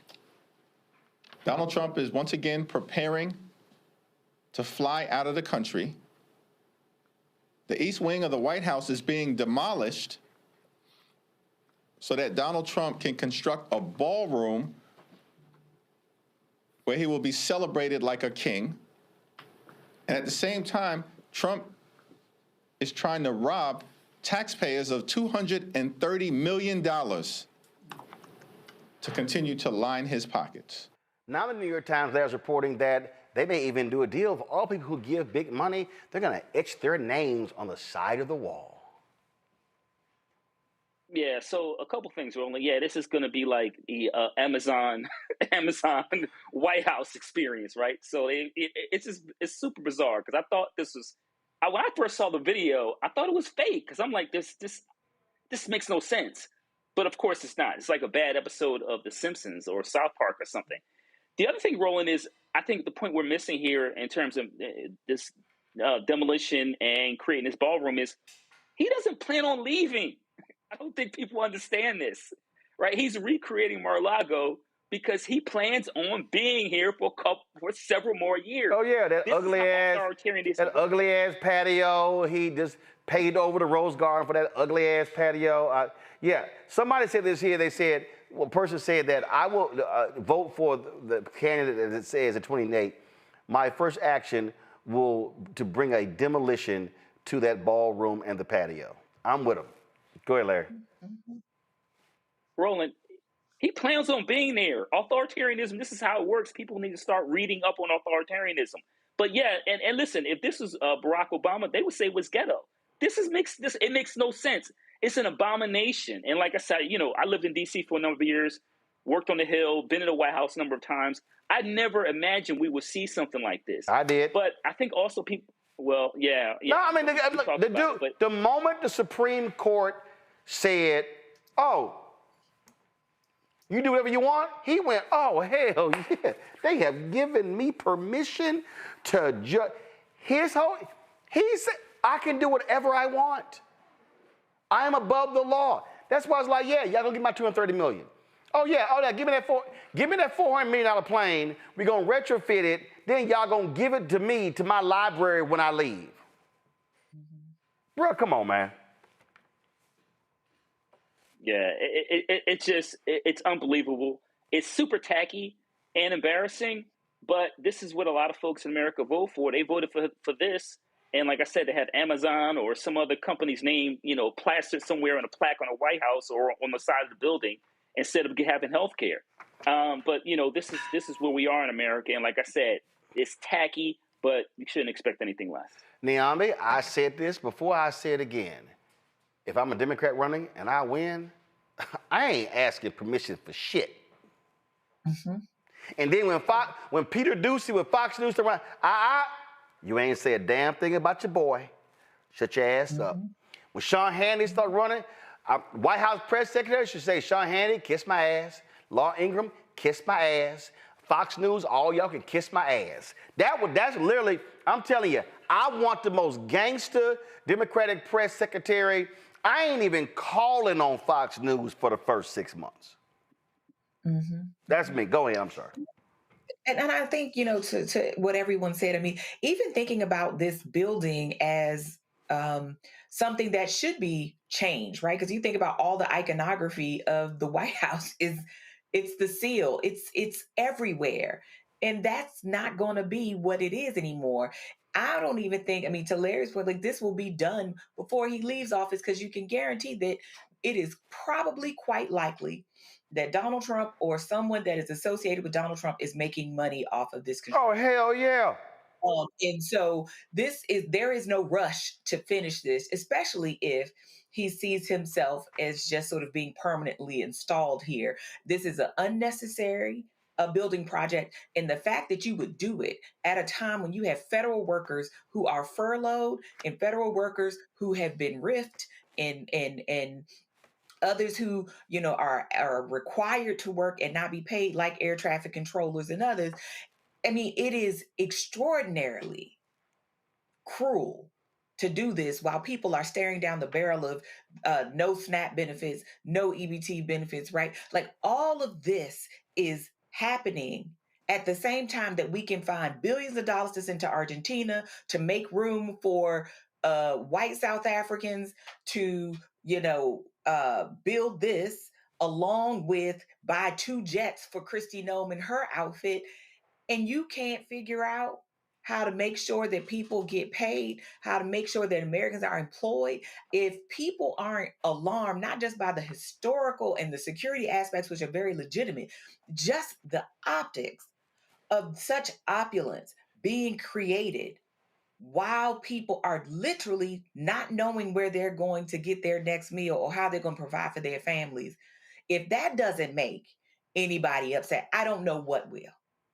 Oh, yeah. This is what they're doing. And so this is how the thugs roll. All right. Roland. Yeah. Roland, it occurred to me, it's an old building, and Trump probably got tired of Black folks saying we built that house since enslaved and free Blacks built it. But what about asbestos? It probably has asbestos, and they're not doing any type of remediation. It's about to be a bunch of sick people. They don't care. He don't give a damn. He don't give a damn. He's doing whatever he want to do. He don't give a damn. His whole deal is, I don't care. Y'all can't stop me. And the Republicans, them punk asses, they ain't saying nothing either. So you have a bunch of people who's going to end up suing the federal government because they got sick because of this. He don't care. He don't give a damn. He's like, whatever. Whatever. That's how these thugs roll. All right, y'all, going to a break. I'll be right back. Roland Martin Unfiltered on the Black Star Network. As a pastor, I hear a lot about trips to the doctor, bills piling up, jobs being lost. So as your delegate, I went to work writing laws that protect families, helping parents care for their disabled children, capping insulin costs, lowering prescription prices, and investing in our police and schools. I'm Josh Cole, and as your delegate, I'm working to keep us strong and safe. If in this country right now, you have people get up in the morning and the only thing they can think about is how many people they can hurt, and they got the power, that's the time for mourning. For better or worse, what makes America special, it's that legal system that's supposed to protect minorities from the tyranny of the majority. We are at a point of a moral emergency. We must raise a voice of outrage. We must raise a voice of compassion. And we must raise a voice of unity. We are not in a crisis of party versus party. We are in a crisis of civilization, a human rights crisis, and a crisis of democracy itself. And guess what? You've been chosen to make sure that those that would destroy, those that would hate, don't have the final say, and they don't ultimately win. Now that Roland Martin is willing to give me the blueprint, hey, Cyrus, I need to go to Tyler Perry and get another blueprint because I need some green money. The only way I can do what I'm doing, I need to make some money. So you'll see me working with Roland. Matter of fact, it's the Roland Martin and Cheryl Underwood show. Well, should it be the Cheryl Underwood show and the Roland Martin show? Well, whatever show it's going to be good.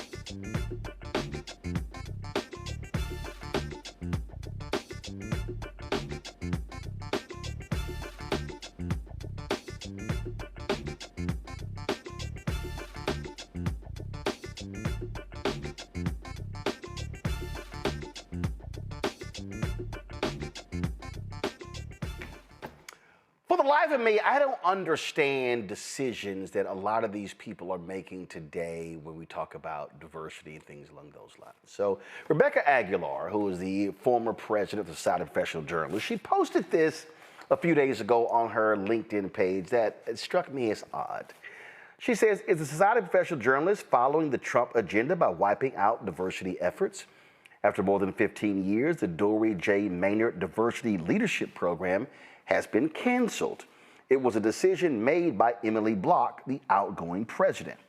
The program was named after Dory J. Maynard after she passed away in 2015. I knew Dory very, very well, folks. She was a well-known journalist who committed her time to advocate for diversity in newsrooms and SPJ. She was one of my mentors in the program in 2010. Her dad also, Robert Maynard, was the publisher of the Oakland Tribune.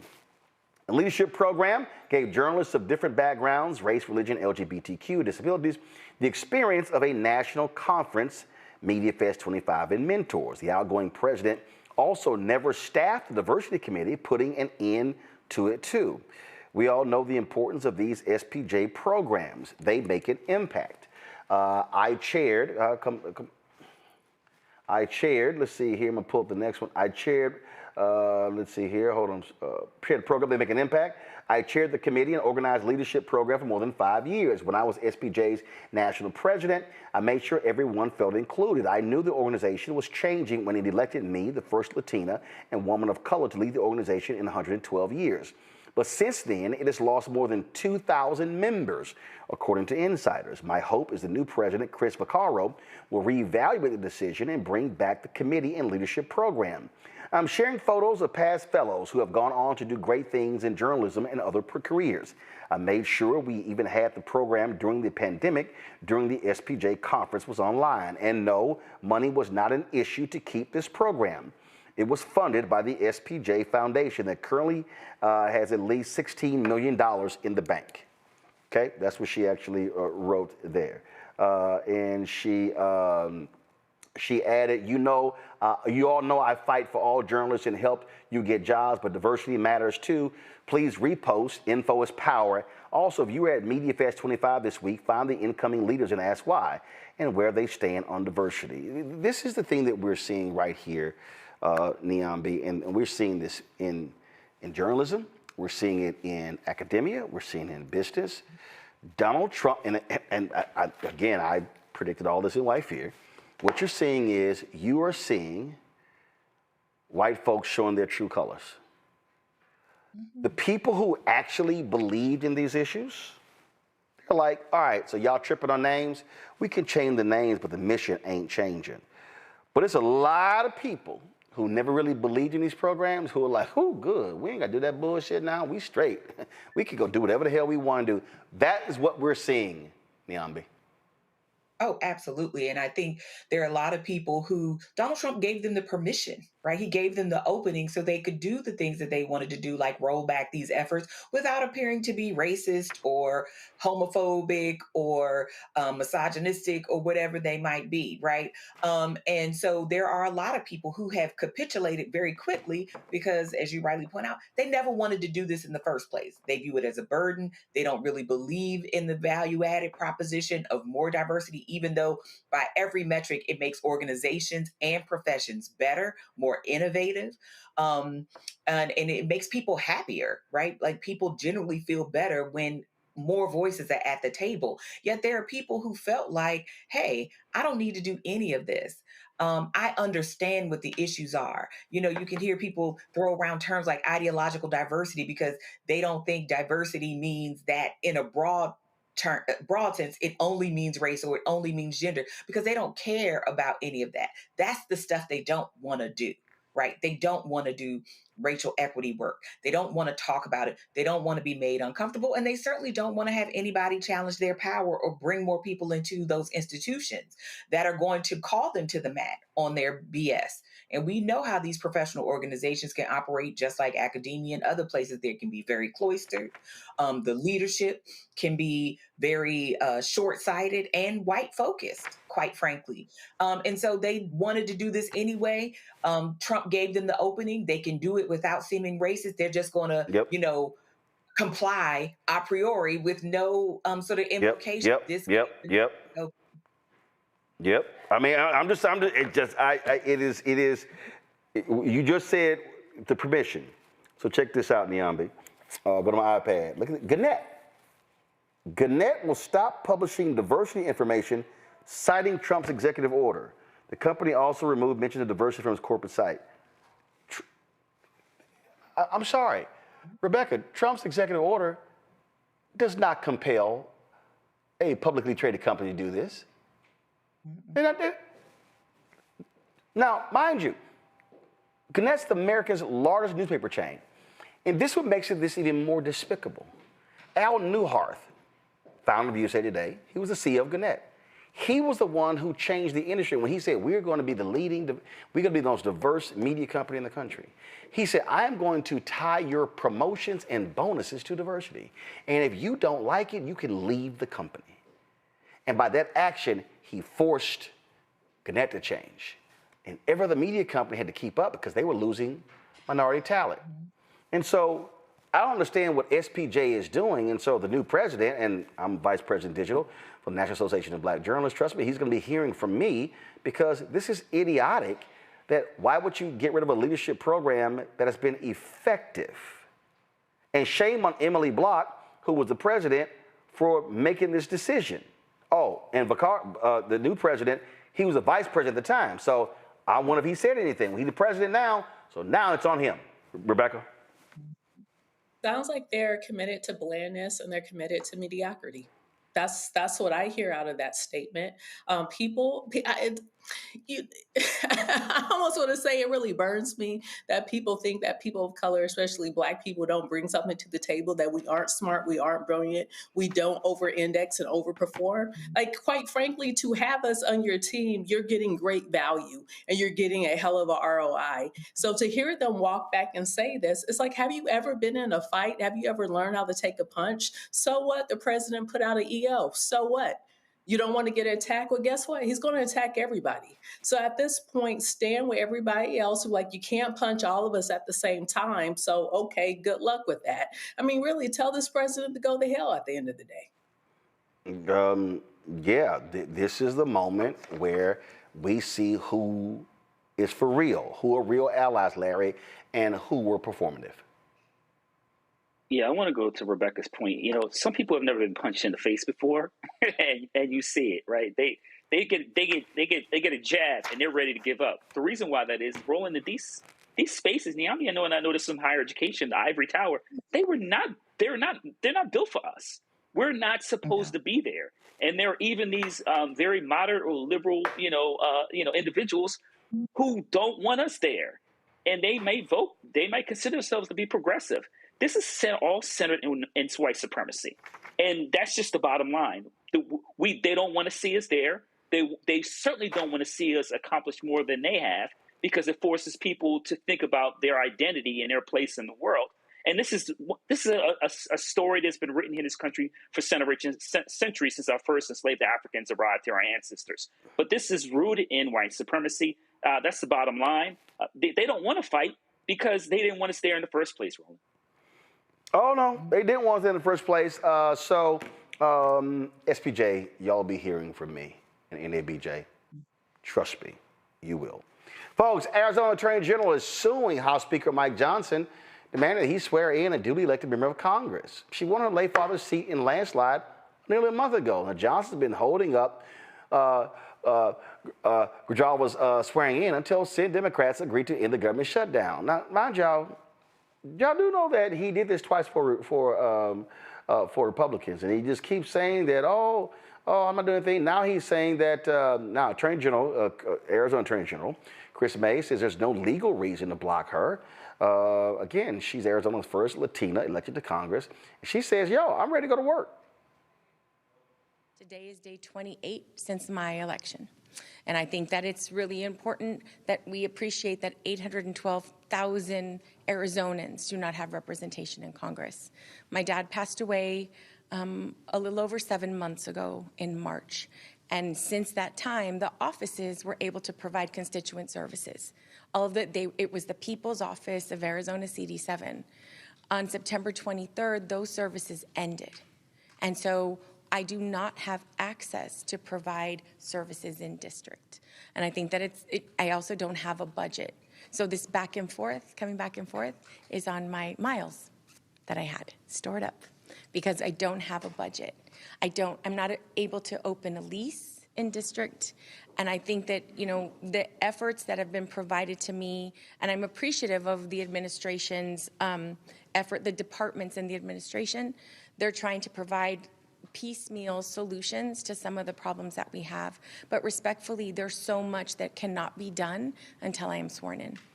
Well, Johnson says, you can do the work.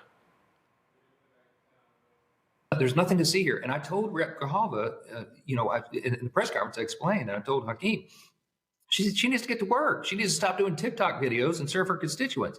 The only thing that she hasn't done is taken the oath and will administer it as soon as possible. But in the meantime, she should be taking her constituent calls. She should have her 16 employees that she's already hired in here working, like all my staff's working, to handle the crisis that has been created by the Democrats. Her constituents have serious challenges and problems right now. She can be directing them to the right offices. And if it's something outside of her scope, she can send it to her 2 senators, because they apparently have a lot of idle time right now because they're doing TikTok videos themselves out in front of my office for publicity stunts. So the whole thing is ridiculous.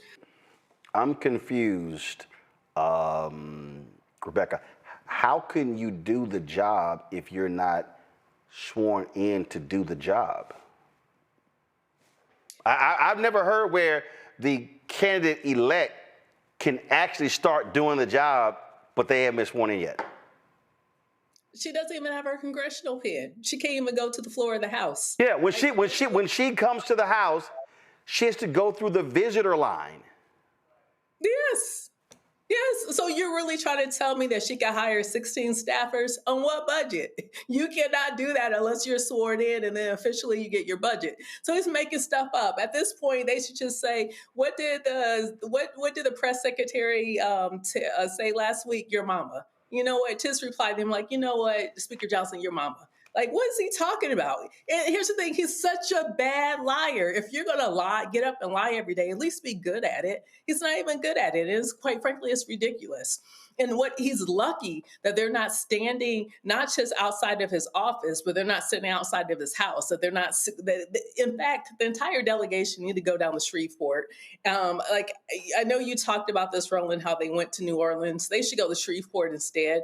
And they should just hold a daily press conference and talk about the Epstein files and talk about the insurance premiums that are going up because of Speaker Johnson. Make him deal with this local press. And that's all this is, Niambi. He does not want her sworn in because that's the 218th discharge vote on the Epstein files. Absolutely. And he's going to kick this can as far down the road as he can. But what Rebecca said was really important here.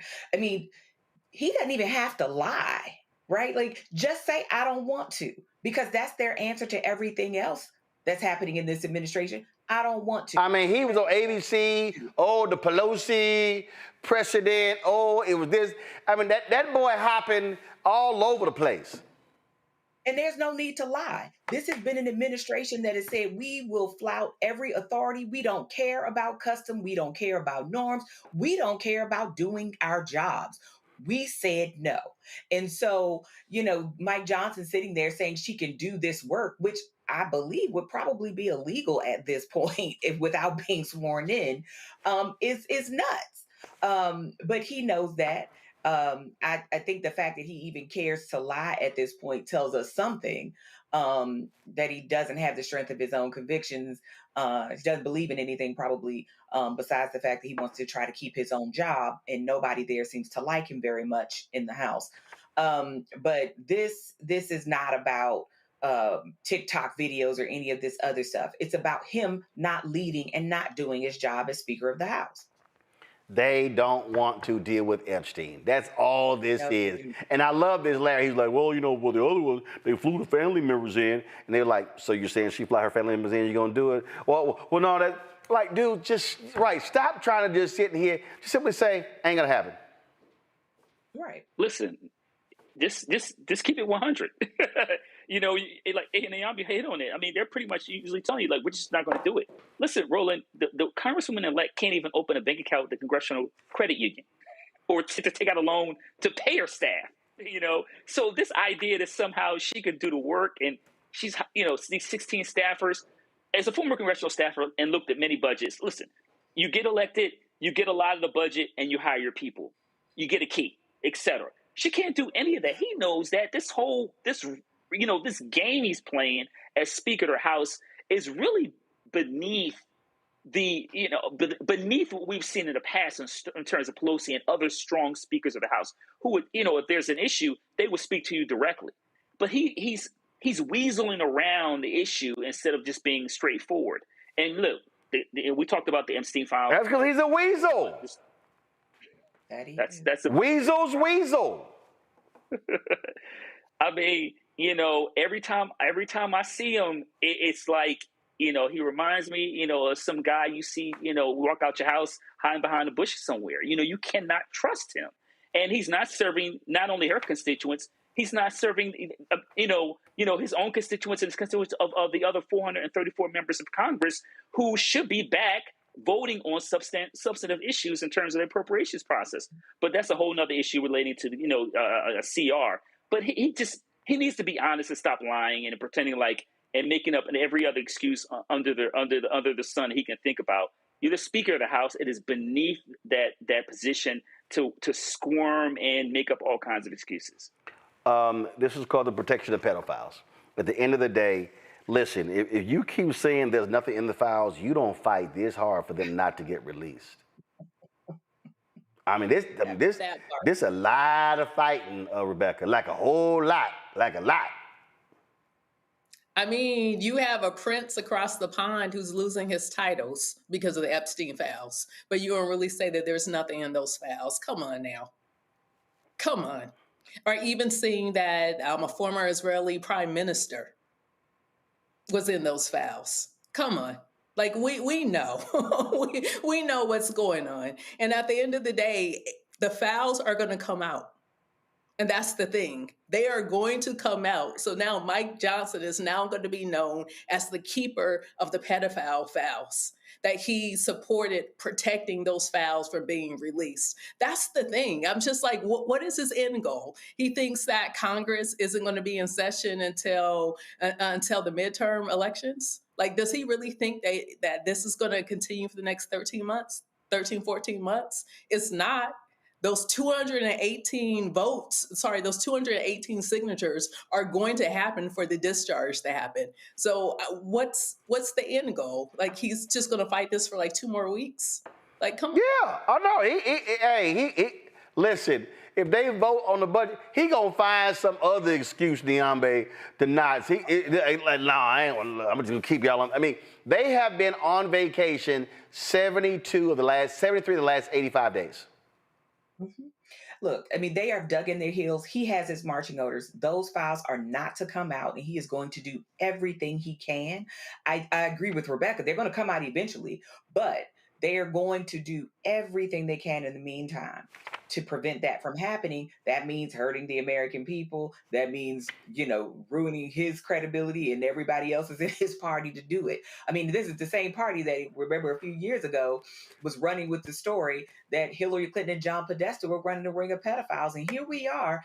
Our president has pictures with an actual convicted pedophile and his handler and their victims. And some birthday drawings. And some birthday drawings and everything else. And you're talking about there's nothing to see here. So I agree with you, Roland. This is a case of thou doth protest too much. And this was also what they campaigned on, right? Yep. Complete transparency. We're going to let you see them. And even their own voters are, when you have Marjorie Taylor Greene and others saying, well, what's happening here? That should put us all at some dis-ease. Absolutely. All right, y'all. Federal judge extended the block of the Trump administration's deployment of hundreds of National Guard troops into Chicago and across Illinois. The Justice Department told U.S. District Judge April Perry it agreed to the extension to facilitate the Supreme Court's review of the administration's appeal seeking to overturn the block. The decision stems from a lawsuit filed by the city of Chicago and the state of Illinois challenging the president's authority to deploy troops within the state. The Supreme Court could rule on the administration's request at any time. Judge Perry cautioned under federal rules she could extend the temporary restraining order only once.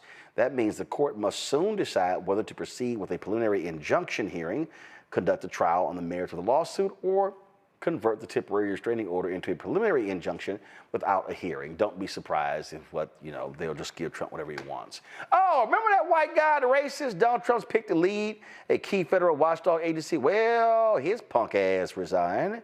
That's right. Paul Ingratiates has withdrawn his nomination to head the Office of Special Counsel after Politico revealed a series of racist text messages he sent to fellow Republicans. A 30-year lawyer was facing backlash from Senate Democrats and Republicans, forcing him to drop out just one day before his confirmation hearing. Messages linked to Ingratiates included racist slurs, praise for Nazis, and denigration of black holidays like MLK Day, Juneteenth, and Kwanzaa. Senate Majority Leader John Thune and at least 3 other GOP senators said,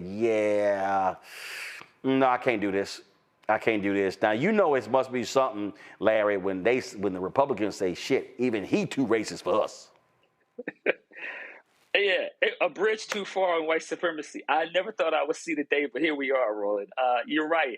It's always interesting to hear Thune and some of the other Republicans say, well, you went too far. This is too racist. They like, damn. So, right. When the racists say you're a racist, that's really, how bad it is. But he still works. He's still got a job, Roland. We should still know he's still a federal employee. Yep. He hasn't been fired from that job. Oh, no, because Trump reflection of the GOP. don't mind racists. Oh, What's that? Trump don't mind racists. He got Stephen Miller sitting right next to him. Yeah, well, yeah, Stephen Miller among dozens of others working at the White House. But like I said, this is a bridge too far on the racism. But he won't be the last individual we'll see text messages or other videos, etc., who said racist things. I think this is eventually we'll saw what JD Vance is saying from the other text messages. Hey, it's not that bad. It's just locker room talk. So I think while he's a sacrificial lamb, we'll unfortunately see a bunch of other crazy fools come through and get confirmed who've made the same kind of comments. Anybody shocked by this? One of the January 6th terrorists pardoned by Donald Trump, the twice impeached criminally convicted felon in chief, has been arrested for threatening to kill Democratic leader Hakeem Jeffries. 34-year-old Christopher Monahan from Clinton, New York, charged with a felony count of making a terroristic threat. He's currently being held at the Dutchess County Justice and Transition Center in Poughkeepsie, New York. A judge set his cash bail at $10,000, his bond at $30,000, or a partially secured bond of $80,000. He's back in court on Thursday. Jeffrey released a statement regarding his arrest, saying, "I'm grateful to state and federal law enforcement for the swift and decisive action to apprehend a dangerous individual who made a credible death threat against me with every intention to carry it out." The person arrested, along with thousands of violent felons who stormed the U.S. Capitol during the January 6th attack, were pardoned by Donald Trump on the president's very first day in office. Since the blanket pardon that occurred earlier this year, many of the criminals released have committed additional crimes throughout the country. Unfortunately, our brave men and women in law enforcement are being forced to spend their time keeping our communities safe from these violent individuals who should never have been pardoned. It is the honor of my life to serve in Congress during these challenging times. Threats of violence will not stop us from showing up, standing up, and speaking up for the American people. Tuesday, reporter asked House Speaker Mike Johnson about the arrest of the January 6th terrorists. While Johnson condemned the threat against Jeffries, he said violence is more prevalent on the left than the right. Wow, that's your answer, Mike?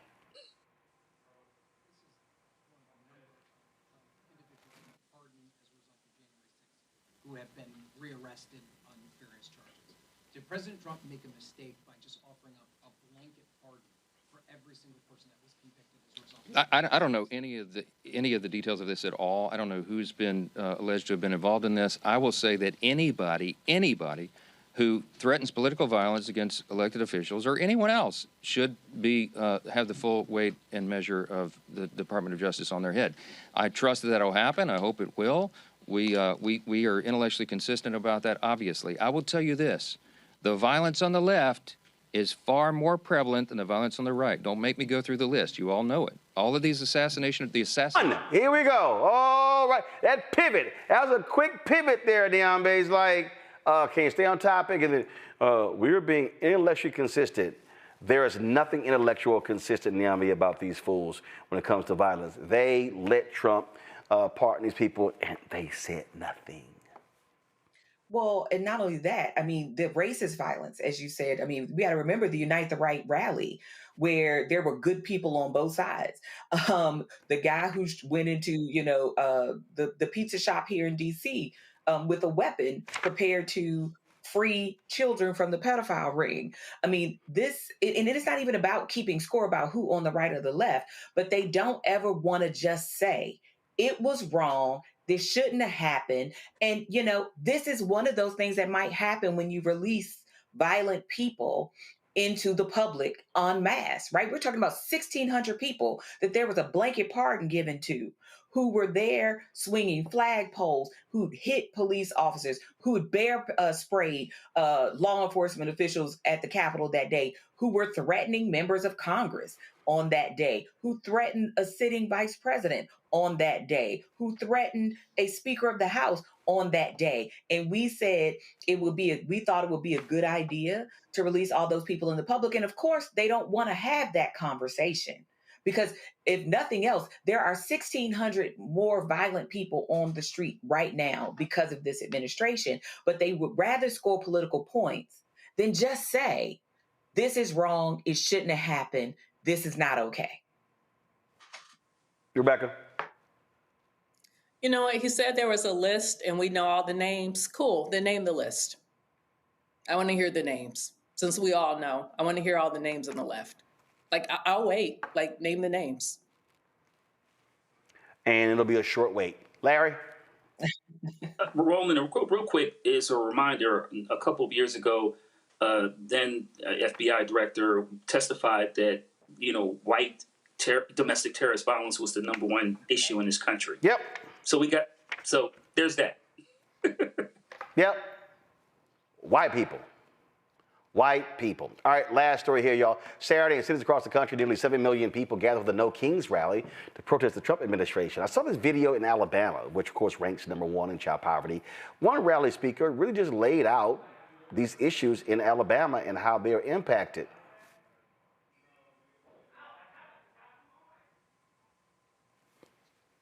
Use SNAP and WIC. That's almost 900,000 people. Alabama has a higher poverty rate than the national average. A third of Alabama counties are maternity care deserts. A third of Alabama counties don't have a pediatrician. Over 1 million people in Alabama rely on Medicaid. At least 300,000 people, maybe more, could gain access to health care if the state expanded Medicaid.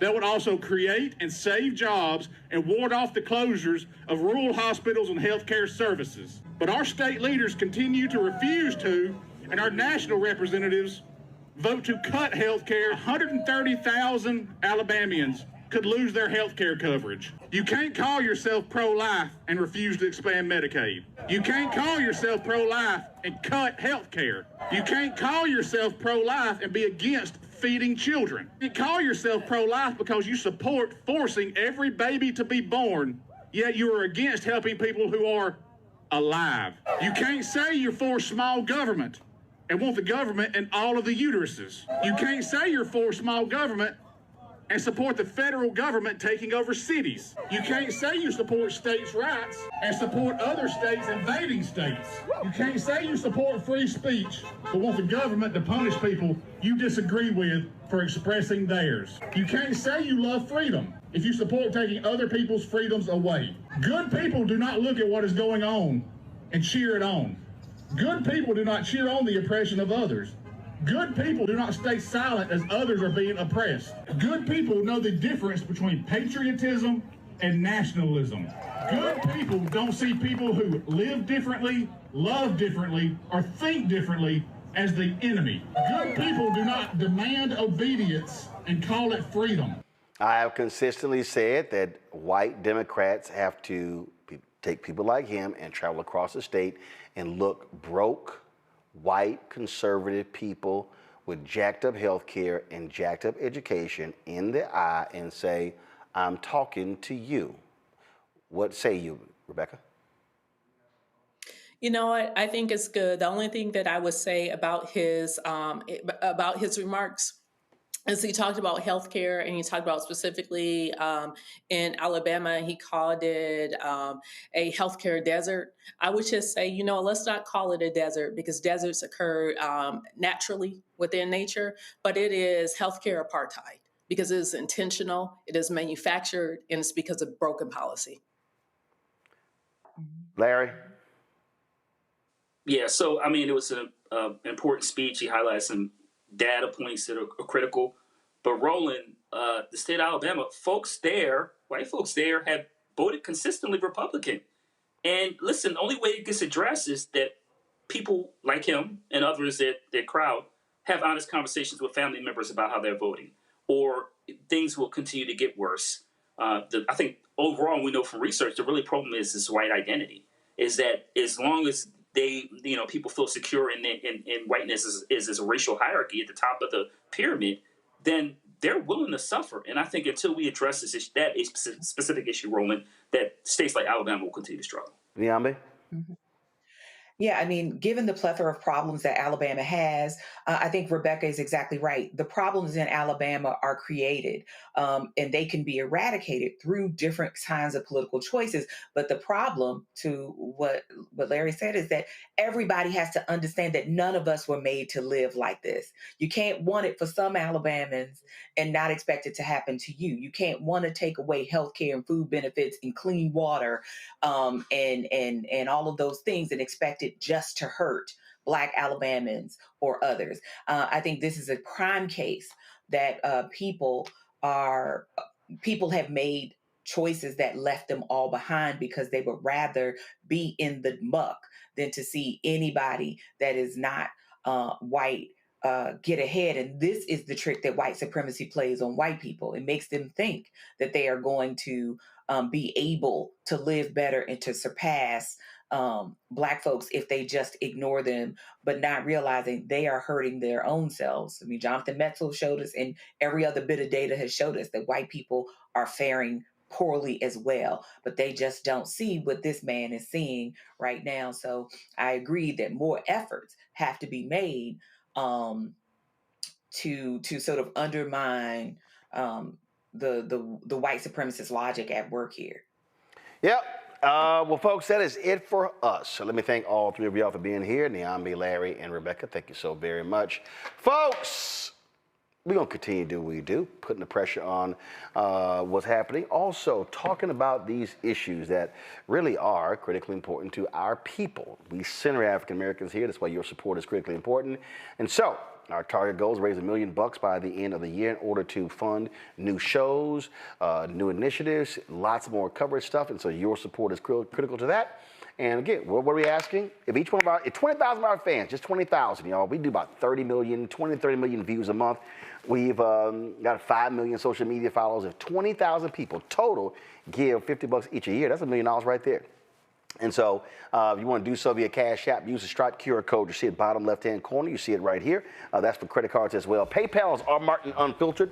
Venmo is RM Unfiltered. Zelle, Roland at RolandSMartin.com, Roland at RolandMartinUnfiltered.com.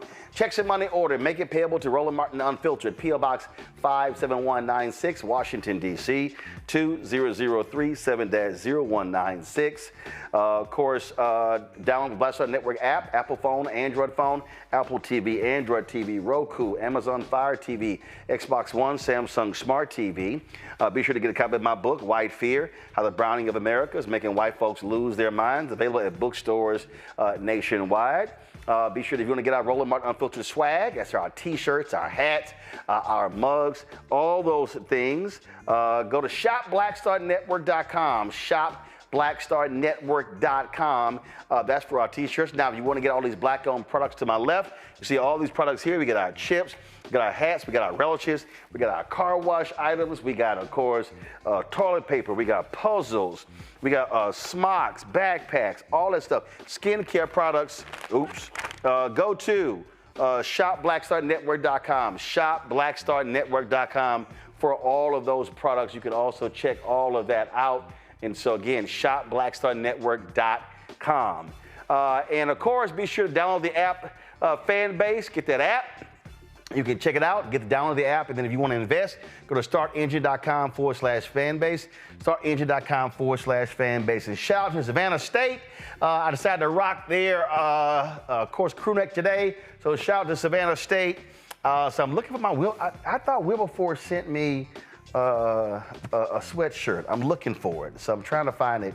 I know Wilberforce sent me a T-shirt, but I thought they sent me a sweatshirt.